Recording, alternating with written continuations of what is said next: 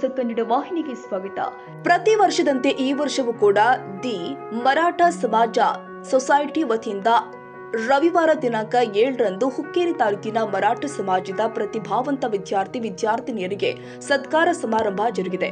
ಸಂಕೇಶ್ವರ ನಗರದ ಶಂಕರಲಿಂಗ ಸಮುದಾಯ ಭವನದಲ್ಲಿ ದಿ ಮರಾಠ ಸಮಾಜ ಸೊಸೈಟಿ ವತಿಯಿಂದ ಆಯೋಜನೆ ಮಾಡಲಾಗಿದ್ದ ಕಾರ್ಯಕ್ರಮದ ವೇದಿಕೆ ಮೇಲೆ ಸಮಾಜದ ಅಧ್ಯಕ್ಷ ಅಮರ ನಲ್ವಡೆ, ಉಪಾಧ್ಯಕ್ಷರು ಆದ ಎಲ್ಪಿ ಶೆಂಡಗೆ, ಮುಖ್ಯ ಅತಿಥಿಯಾಗಿ ಆಗಮಿಸಿದ ಕೊಲ್ಲಾಪುರ ನಗರದ ಖ್ಯಾತ ಮೈಂಡ್ ಟ್ರೈನರ್ ಆಗಿರುವಂತಹ ವಿಠಲ ಕೋತೇಕರ್, ಬಂಡು ಹತನೂರೆ, ಅಭಿಜಿತ್ ಕುರಣಕರ್, ದೀಪಕೆ ಭೇಷೆ, ಸುಭಾಷ್ ಕಾಸರ್ಕರ್, ಅಪ್ಪ ಮೋರೆ, ಶಿವಾಜಿ ಕಾಳಿಕಟ್ಟಿಗರ, ಮಧುಕರ ಮಾನೆ, ಶಶಿರಾಜ್ ಪಾಟೀಲ, ಮಹದೇವ್ ಕ್ಷೀರಸಾಗರ, ಜಯಪ್ರಕಾಶ್ ಸಾವಂತ ಮತ್ತು ಸೆಕ್ರೆಟರಿ ರಾಜು ಜಾಧವ್ ಈ ಎಲ್ಲ ಗಣ್ಯರು ವೇದಿಕೆ ಅಲಂಕರಿಸಿದರು.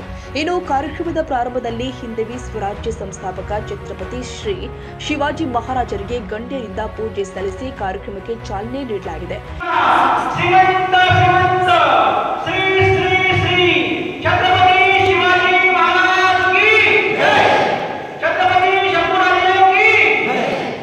ಇದರಲ್ಲಿ ವಿಶೇಷವಾಗಿ ಹೇಳುವುದಾದರೆ ಉನ್ನತ ಹುದ್ದೆಗಳನ್ನು ಅಲಂಕರಿಸಿದ ಸಮಾಜ ಬಾಂಧವರಿಂದ ಶಂಕರ ಭೋಸಲೆ, ರಾಜೇಶ್ ಗಾಯಕ್ವಾಡ, ಜಯೂ ಸಾವಂತ್, ಸಮೀರ್ ಪಾಟೀಲ್ ಅವರಿಗೆ ಸಮಾಜದ ವತಿಯಿಂದ ವಿಶೇಷ ಸತ್ಕಾರ ನೆರವೇರಿಸಿದ್ರು.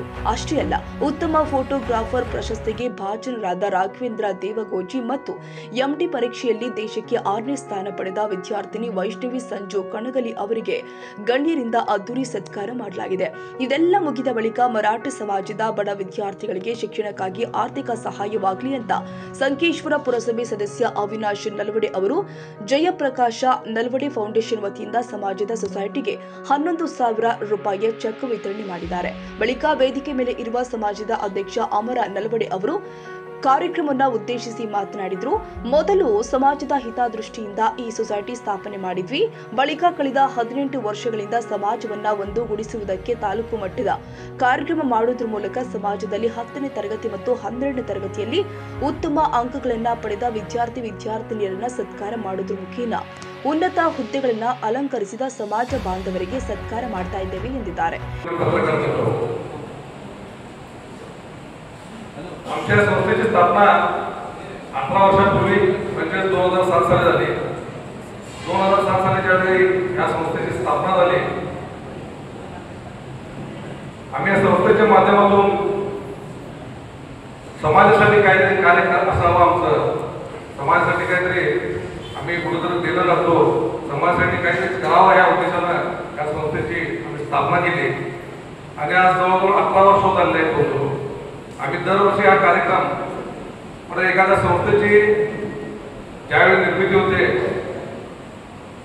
त्या संस्थेचा वार्षिक आढावा घेण्यासाठी ही सर्वसाधारण सभा भरवली जाते. आम्ही सुद्धा फक्त सर्वसाधारण सभा घेऊन 4 जण नावासाठी एक सभा करून सर्वसाधारण सभा पार पडू शकत होतो. पण ह्या कार्यक्रमाच्या निमित्तानं किंवा या सर्वसाधारण सभेच्या निमित्तानं समाजासाठी काहीतरी करावं, म्हणजेच समाजामधील विद्यार्थी जे चांगल्या गुणानं 10वी किंवा 12वीमध्ये उत्तीर्ण झालेले विद्यार्थी असतील किंवा वेगवेगळ्या क्षेत्रामध्ये ज्यांनी नाव कमवलं असेल तसल्या व्यक्तींचा सत्कार या कार्यक्रमाच्या माध्यमातून करावा ह्या भावनेनं आम्ही जवळजवळ 18 वर्ष हा कार्यक्रम पार पडत आलेलो आहोत. ಇನ್ನು ಈ ಕಾರ್ಯಕ್ರಮದಲ್ಲಿ ಸತ್ಕಾರ ಸ್ವೀಕರಿಸಿದ ವಿದ್ಯಾರ್ಥಿನಿ ವೈಷ್ಣವಿ ಕಣಗಲಿ ಮಾತನಾಡಿ, ಮೊದಲು ಜೀವನದಲ್ಲಿ ನಾವು ರೂಪಿಸಿದ ಫೌಂಡೇಶನ್ ಗಟ್ಟಿ ಇರಬೇಕು. ಇಲ್ಲದಿದ್ರೆ ನಾವು ಎಷ್ಟು ಕನಸುಗಳನ್ನ ಕಂಡ್ರೆ ನಮ್ಮ ಕನಸು ಯಾವತ್ತಿಗೂ ಕನಸು ನನಸಾಗುವುದಿಲ್ಲ. ನಾನು ಈ ಸಂದರ್ಭದಲ್ಲಿ ನನಗೆ ಸರಿಯಾದ ಸಮಯಕ್ಕೆ ಮಾರ್ಗದರ್ಶನ ಮಾಡಿದ ನನ್ನ ಗುರುಗಳು ಆದ ಶಶಿಕಾಂತ್ ಕಡಂಗಾವಿ ಗುರುಗಳಿಗೆ ವಿಶೇಷ ಧನ್ಯವಾದಗಳನ್ನ ಅರ್ಪಿಸ್ತೀನಿ ಅಂತ ನನ್ನ ಭಾವನಾತ್ಮಕ ಮಾತುಗಳನ್ನಾಡಿದ್ರು. मराठी मीडियममधून शिकलेली आहे आणि BMS नंतर काय करायचं हा माझ्यासमोर मोठा प्रश्न होता. कारण की मला पुढचं MD किंवा MS करायचं होतं, पण आर्थिक परिस्थितीमुळे असं होतं की मला करायचं असेल तर गव्हर्नमेंट सीटमधूनच करायला लागणार हे मी स्वतःला सांगितलेलं आणि त्यानुसार AIBJT एक्झाम असते. त्याच्यातून जर का टॉप 100मध्ये आपण आलो तर ऑल इंडिया इन्स्टिट्यूटमध्ये कोणत्या पण कॉलेजमध्ये स्पेशलायझेशनसाठी मला सीट भेटू शकते आणि आता मी त्या सीटसाठी पात्र आहे.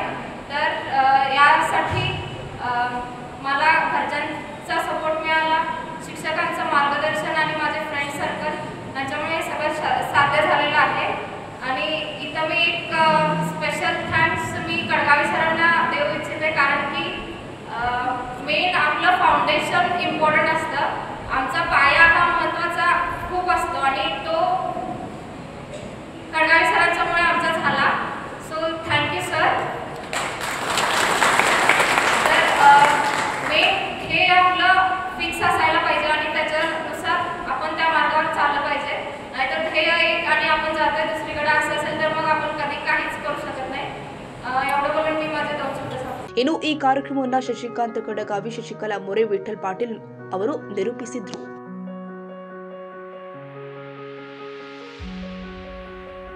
ತಾಜಾ ಸುದ್ದಿಗಾಗಿ MTV ನ್ಯೂಸ್ 24/7 ಗೆ ಸಬ್ಸ್ಕ್ರೈಬ್ ಮಾಡಿ ಮತ್ತು ಬೆಲ್ ಐಕಾನ್ ಅನ್ನು ಒತ್ತಿ. ತಪ್ಪದೇ ಲಿಂಕ್ ಶೇರ್ ಮಾಡಿ.